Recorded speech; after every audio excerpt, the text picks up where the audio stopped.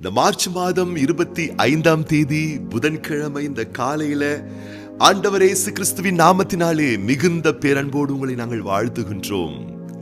வானத்தையும் பூமியும் படைத்த தேவாதி தேவனாலே நீங்கள் ஆசீர்வதிக்கப்பட்டவர்கள். நீங்க நல்லா இருப்பீங்க, நீங்கள் ஆசீர்வதிக்கப்பட்டிருப்பீர்கள். தேவனுடைய நலமான கரங்கள், நன்மை செய்யக்கூடிய அவருடைய பொற்பாதங்கள், நன்மையை மாத்திரமே செய்யக்கூடிய அவருடைய தெய்வீக பிரசன்னம் இந்த நாளில் உங்களை சூழ்ந்து கொள்வதாக. இந்த நாளுக்கு வேண்டிய அனைத்து வளமான கிருபைகளை அளவில்லாமல் பரலோகத்தின் தேவனாகிய கர்த்தர் உங்களுக்கு தர போறாருங்க. சந்தோஷமா, நம்பிக்கையா, உற்சாகமா இன்னைக்கு உங்களுடைய பயணங்கள், இன்றைக்கு உங்களுடைய கொடுக்கல் வாங்கல், திட்ட தீர்மானங்கள் எல்லாவற்றையும் கர்த்தர் நல்லவர், கர்த்தர் நன்மை செய்வார், கர்த்தர் நன்மையானதை வழங்குவார் என்ற நிச்சயத்தோடு நம்பிக்கையோடு செயல்படுத்துங்கள். விசேஷமா இன்னைக்கு நம்ம ஆண்டவருடைய வார்த்தையை தியானிச்சு ஜெபம் பண்ண போறோம். இந்த தியானிப்போடும் ஜெபத்தோடும் அந்த இணைப்பிலிருந்து காரியத்தை துவக்குங்கள். ரொம்ப நல்லா இருப்பீங்க, ரொம்ப ஆஸ்வதிக்கப்பட்டிருப்பீங்க. கர்த்தருடைய பிள்ளைகளே, ஆண்டவருடைய வார்த்தையை நான் வாசிக்க கேட்கலாமா? யோவான் சுவிசேஷ புஸ்தகம் 9ஆம் அதிகாரம் 3ஆம் வசனம். இயேசு பிரதியுத்தரமாக, அது இவன் செய்த பாவமும் அல்ல, இவனை பெற்றவர்கள் செய்த பாவமும் அல்ல, தேவனுடைய கிரியைகள் இவனிடத்தில் வெளிப்படும் பொருட்டு இப்படி பிறந்தான். பலர் வாழ்க்கையில ஒரு பிரச்சனைகள் வந்த உடனே ஏன் வந்துச்சு, எதனால வந்துச்சு, இந்த நஷ்டம் ஏன் வந்துச்சு, இந்த கஷ்டம் ஏன் வந்துச்சு, இந்த இழப்பு ஏன் வந்துச்சு, இந்த விபத்து ஏன் வந்துச்சு, இந்த ஏமாற்றம் ஏன் வந்துச்சு, இந்த தடுமாற்றம் ஏன் வந்துச்சு, அதுக்கு 1008 மூல காரணங்களை யோசிச்சு யோசிச்சு யோசிச்சு அவங்க செஞ்ச குத்தமா, இவங்க செஞ்ச குத்தமா, அப்பா செஞ்ச பாவமா, அம்மா செஞ்ச பாவமா, அவங்க செஞ்ச பாவமா, நான் செஞ்ச பாவமா, இவங்க செஞ்ச பாவமான்னு எல்லாத்தோட ஒரு முடிச்சு போட்டு மண்டையை போட்டு குழப்பி கதறிக்கிட்டு இருப்பாங்க. கர்த்தருடைய அன்பு குழந்தைகளே, இந்த காலையிலே கர்த்தருடைய வார்த்தையை கேளுங்கள். ஆண்டவர் பேசுகிறார், கவனித்து கேளுங்கள். உங்கள் வாழ்வில் தொழிலில் சில நஷ்டங்கள் வந்தது உண்மைதான், நல்லா உள்வாங்குங்க. நஷ்டம் வந்தது உண்மைதான், நஷ்டம் இன்றைக்கு கூட உங்களுக்கு இருக்கலாம். புரிந்து கொள்ளுங்கள், என்றைக்கும் நஷ்டத்தோடு நீங்கள் வாழப்போவது கிடையாது. இந்த நஷ்டத்திலே தேவனுடைய செயல்கள், தேவனுடைய கிரியைகள், தேவனுடைய நன்மைகள், தேவனுடைய அற்புதங்கள் உண்டாகும். அதனாலதான் நஷ்டமே வந்திருக்கு. போதுங்களா? ஏன் நஷ்டம் வந்துச்சு? தேவனுடைய ஆசீர்வாதம் வெளிப்படும் போது அவ்வளவுதான். ஏன் இந்த வியாதி எனக்கு வந்துச்சு, ஏன் இந்த பலவீனம் எனக்கு வந்துச்சு, ஏன் இந்த உடல் உபாதை எனக்கு வந்துச்சு, ஏன் இந்த நோய் எனக்கு வந்துச்சு, ஏன் வந்துச்சு, ஏன் வந்துச்சு, ஏங்க போட்டு மண்டையை போட்டு குழப்பிக்கிறீங்க? அப்பா அழகா பேசுறாரு உங்களுக்கு இந்த காலையில. ஏன் வந்துச்சு, ஏன் வந்துச்சுன்னு கேட்காத பிள்ளையே. மற்றவங்க மேல பழிய போடாத, உன் மேல பழிய போட்டுக்காத, உன்னை சங்கடப்படுத்திக்காத, வருத்தப்படுத்திக்காத, உபாதிச்சு கொள்ளாத. அப்பா சொல்றாங்க, ஆண்டவருடைய பலன் வெளிப்படுவதற்காகவே இந்த பலவீனம் வந்திருக்கிறது. உங்களுடைய அதிகமான பலவீனத்தில் தான் அவருடைய அதிகமான கிருபை வெளிப்படும் என்பதை மறவாதீர்கள். கர்த்தருடைய குழந்தைகளே, நீங்க நல்லா இருப்பீங்க, நல்லா இருப்பீங்க, ரொம்ப ரொம்ப நல்லா இருப்பீங்க. விபத்து வந்தது உண்மைதான், வந்துருச்சு. சாப்பன் ஏன் நடந்துச்சு, ஏன் நடந்துச்சு குழப்பிக்காதீங்க. ஒரே ஆன்சர், ஒரே ஆன்சர். உங்களை காப்பாத்துறதுக்காகத்தான், உங்க கூட கர்த்தர் இருக்காருன்றதை காட்டுறதுக்காகத்தான். எத்தனை விபத்துகள், எத்தனை நொறுக்குதல் வந்தாலும் மீண்டும் நீங்கள் மீண்டெழுவீர்கள் என்பதை காண்பிப்பதற்காகத்தான் இந்த விபத்து என்பதை உள்வாங்கிக் கொள்ளுங்கள் கர்த்தருடைய பிள்ளைகளே. அதனால வாழ்க்கையில சில நிந்தைகள், அவமானங்கள், இழப்புகள், வேதனை, வாதை, துன்பங்கள் வந்த உடனே சொல்லுவாங்க பாத்தீங்களா, முழங்காலுக்கும் மொட்டை தலைக்கும் முடிச்சு போடுற மாதிரி ஏதாச்சும் ஒன்று முடிச்ச போட்டு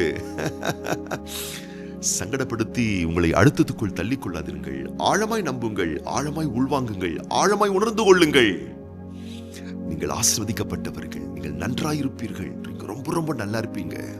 வாழ்க்கையில பல வகையான சவால்கள் நிறைந்த ஒரு சூழ்நிலை நீங்கள் சென்று கொண்டிருக்கும் பொழுது உங்க மனசு கேள்வி கேட்டுக்கிட்டே இருக்கும். ஏன் இது நடந்துச்சு, ஏன் இது நடந்துச்சு, அவங்க ஏன் இப்படி பேசினாங்க, அவங்க ஏன் உங்ககிட்ட இப்படி நடந்துக்கிட்டாங்க, இந்த ஒரு துன்பம் உனக்கு ஏன் வந்துச்சு, இந்த துயரம் உனக்கு ஏன் வந்துச்சு, ஏன் அப்பா இப்படி பேசினார், ஏன் அம்மா இப்படி பேசினாங்க, ஏன் ஒய்ஃப் இப்படி பேசிச்சு, ஏன் உங்க மனைவி ஏன் இப்படி இவங்க பேசினாங்க, ஏன் உங்க கணவர் எப்படி பேசினாங்க, ஏன் பிள்ளைங்க இப்படி நடந்துக்கிட்டாங்க, இவங்க ஏன் இப்படி பேசினாங்க, உங்க ஓனர் ஏன் இப்படி சொன்னாரு, இந்த பக்கத்து வீட்டுக்காரங்க ஏன் இப்படி நடந்துக்கிட்டாங்கன்னு சொல்லிட்டு உங்ககிட்ட இந்த மனசு இருக்கு பார்த்தீங்களா, உங்க உணர்ச்சி இருக்கு பார்த்தீங்களா, உங்க ஃபீலிங் இருக்கு பார்த்தீங்களா, அது உங்ககிட்ட கேள்வி கேட்டுக்கிட்டே இருக்கும்.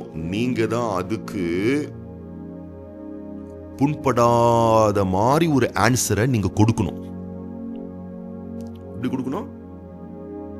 உங்க மனசு புண்படாத மாதிரி நீங்க தான் அதுக்கு பதில் கொடுக்கணும். ஏன்னா உங்க மனசை புண்படுத்துறவங்க தான் நிறைய பேர் இருக்காங்க. இங்க உங்க மனசை புண்படுத்தக்கூடிய சூழ்நிலைகள் தான் நிறைய இருக்கு. உங்க மனசை ஆற்றவும் தேற்றவும் ஆண்டவர் இருக்கிறார் என்பதை நீங்க உள்வாங்கி உணர்ந்து ஆறுதலா சில வார்த்தைகள் அதுக்கு நீ சொல்லணும். மனசை நீயே வருத்தப்படுற, கர்த்தரை நோக்கி காத்துரு. அவங்க நல்லவங்க தான், ஏதோ தெரியாம இப்படி பேசிட்டாங்க, அதை பெருசா எடுத்துக்காத. சிசி இட்ஸ் அதை பெரிய ஒரு விவகாரமா நீ எடுத்துக்காத, அதை விட்டுரு, மூவ் ஆன் பண்ணுவோம், அடுத்த வேலை நம்ம போய் பார்க்கலாம் அப்படின்னு சொல்லிட்டு நீங்க போயிடணும் பாருங்க.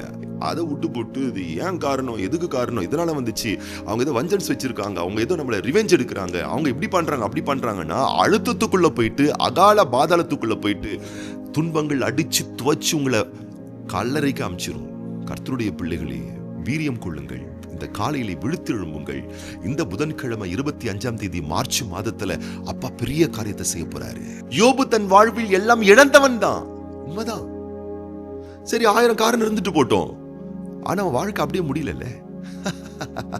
அவன் இழந்ததை விட 2 மடங்கு அதிகமா கொடுத்து அவன் வாழ்க்கையை முழுமை அடைய வச்சு திருப்திப்படுத்தி பூர்ணமா அவன் வாழக்கூடிய ஆசீர்வாதத்தை அப்பா கொடுத்தாருல்ல. ஆபிரகாமுக்கும் சாராளுக்கும் குழந்தை இல்லதான், அதனால வாழ்க்கை ஃபுல்லா குழந்தை இல்லாம ஆயிட்டாங்களா அவங்க? நீங்க தப்பான ஒரு முடிவுக்கு வரீங்க, அவ்வளவுதான் போல, இது யார் செஞ்ச பாவமோ, எதனால ஆச்சோ தெரியல, இனிமேல் எங்களுக்கு குழந்தைய பிறக்காதுன்னு சொல்லி முடிவெடுக்கிறதுக்கு நீங்க ஏன் தேவ பிள்ளைகளை துணிகிறீர்கள்? நம்புங்கள். 100 வயது கொண்ட ஆபிரகாமுக்கும் 90 வயது கொண்ட சாராளுக்கும் ஆசீர்வாதமான பிள்ளைகளை கொடுத்தாள். ஆண்டவர் உங்களுக்கே நல்ல அழகான பிள்ளை செல்வங்களை கொடுக்க மாட்டார், நிச்சயமாய் தருவார். பிரசவிக்க பண்ணுகிற தேவனாகி கர்த்தர் பிரசவத்தை தடுக்காமல் ஆசீர்வாதமான பிள்ளை செல்வங்களை தருவார் உங்களுக்கு. குழப்பிக்கொள்ளாதீர்கள், வருத்தப்படாதீர்கள் கர்த்தருடைய பிள்ளைகளே. தாவீது மிகவும் மிகவும் நெருக்கப்பட்டார் என்பது உண்மைதான். வாழ்க்கை ஃபுல்லாவே நெருக்கப்பட்டு இருந்தாரா? காலம் ஃபுல்லாவே அடி வாங்கிட்டே இருந்தாரா? கிடையாதுல. ஒரு காலகட்டத்தில் கொஞ்சம் நெருக்கப்பட்டார், உண்மைதான். அதுக்கப்புறம் மகிமையுள்ள ஒரு வாழ்க்கை ஆண்டவருக்கு வச்சிருந்தார் இல்லையா? அந்த தேவன் தாங்க இன்னைக்கு இந்த காலையில இந்த சத்தத்தை கேட்கும்படி செய்ய வச்சிட்டு இருக்காரு. தேவனுடைய மகிமை வெளிப்பட போகிறது உங்கள் வாழ்க்கையிலே, தேவனுடைய கிரியைகள் வெளிப்பட போகிறது உங்கள் வாழ்க்கையிலே, தேவனுடைய பிரசன்னம் வெளிப்பட போகிறது உங்கள் வாழ்க்கையிலே, தேவனுடைய வல்லமை வெளிப்பட போகிறது என் அன்பு குழந்தைகளை உங்கள் வாழ்க்கையில. ஒரு முறை அன்னை தெரேசா அவர்கள் லண்டன் மாநகரத்துக்கு செல்வதற்காக கல்கட்டா ஏர்போர்ட்டுக்கு போறாங்க. காத்துட்டு இருக்காங்க. அறிவிப்பு வருது, லண்டனுக்கு போகக்கூடிய அந்த பிளைட்ல ஒரு சில கோளாறுகள் ஏற்பட்டு விட்டது, அதை பழுது பார்க்கணும், அதை சரி செய்யணும். ஒண்ணு லேட் ஆகும், இல்லைன்னா பிளைட்டே கேன்சல் ஆகும்.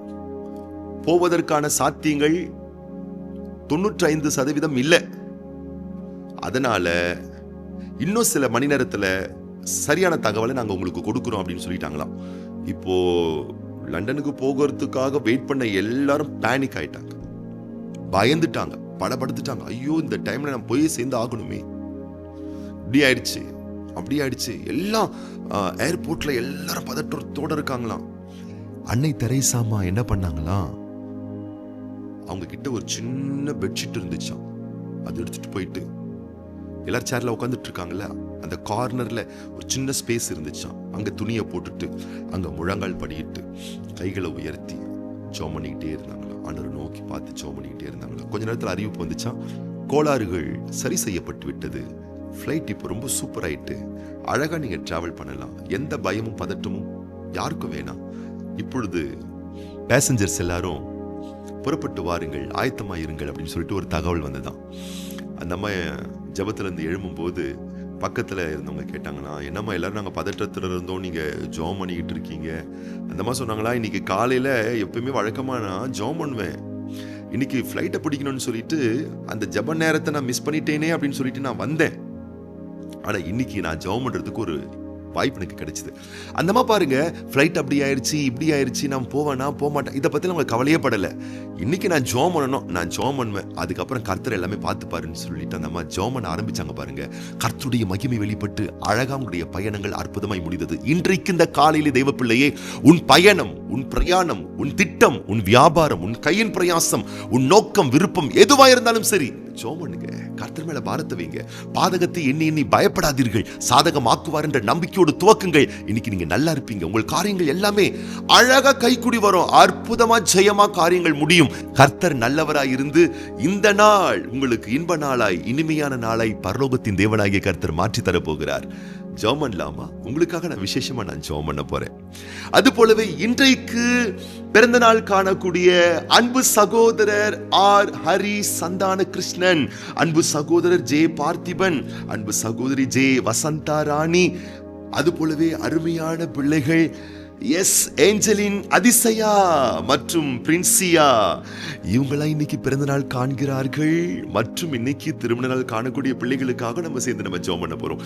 கண்களை மூடி நம்ம ஜெபம் பண்ணலாமா? பரலோக பிதாவே, திருக்குமாரன் இயேசு கிறிஸ்துவின் நாமத்தினாலே உம்முடைய சமூகத்தில் வருகின்றோம். இந்த நாள் நீர் தந்த நாள், அற்புதமான நாள். இந்த அருமையான நாளிலே தேவனே உம்முடைய கரம் நீட்டி அன்பு பிள்ளைகள் ஒவ்வொருவரையும் தொட்டு வலக்கரம் நீட்டி வாரி அணைத்து ஆசீர்வதிப்பீராக. ஏன் இந்த துன்பம் வந்தது, ஏன் இந்த தொல்லை வந்தது, ஏன் இந்த இழப்பு, ஏன் இந்த கஷ்டம் என்று உம்முடைய பிள்ளைகள் தங்களை அழுத்தத்துக்குள் தள்ளிக்கொள்ளாதபடிக்கு தேவனுடைய மகிமை, தேவனுடைய கிரியை, தேவனுடைய ஆசீர்வாதம் விளங்குவதற்காகவே இது நிகழ்ந்திருக்கிறது என்றதான புரிதலை ஏற்படுத்தி இன்றைக்கு உடைய பிள்ளைகளுடைய கண்கள் அற்புதங்களை காணட்டும், அதிசயங்களை காணட்டும். ஆண்டவர் ஆச்சரியமான காரியங்களை செய்கிறீர் என்பதை உம்முடைய பிள்ளைகள் பிரத்யட்சமாய் காண்பார்களாக. கர்த்தருடைய நாமத்தினாலும் வார்த்தையினாலும் தேவ ஆசீர்வாதம் ஒவ்வொரு பிள்ளைகளுடைய வாழ்வில் உண்டாக வேண்டுமென பிதா, குமாரன், பரிசுத்த ஆவியானவருடைய வல்ல நல்ல ஸ்நேக பிரிய பாசம் மிகுந்த நாமத்தினாலே என்னோடு சேர்ந்து ஜெபிக்கிற ஒவ்வொரு பிள்ளைகளையும் அளவற்ற ரகத்திலே ஆசீர்வதித்து மேன்மைப்படுத்துவீராக. இந்த புதன்கிழமை மார்ச் மாதம் 25ஆம் தேதி பிறந்த நாட்கள், திருமண ஆண்டுகள் காண்கின்ற பிள்ளைகளை வலக்கரம் நீட்டி தொட்டு நிறுத்தாமை விசேஷமாக ஆசீர்வதித்து மேன்மைப்படுத்தி கனப்படுத்தி அனைத்து ரகமான நன்மைகளால் முடிசூட்ட வேண்டுமென அர்ப்பணித்து ஒப்பு கொடுத்து ஆண்டவர் இயேசு கிறிஸ்துவின் ஆசீர்வதிக்கப்பட்ட நாமத்தினாலே வாழ்த்தி ஜெபிக்கிறோம் எங்கள் நல்ல பிதாவே, ஆமேன். இன்னைக்கு நீங்க நல்லா இருப்பீங்க, ரொம்ப ரொம்ப நல்லா இருப்பீங்க.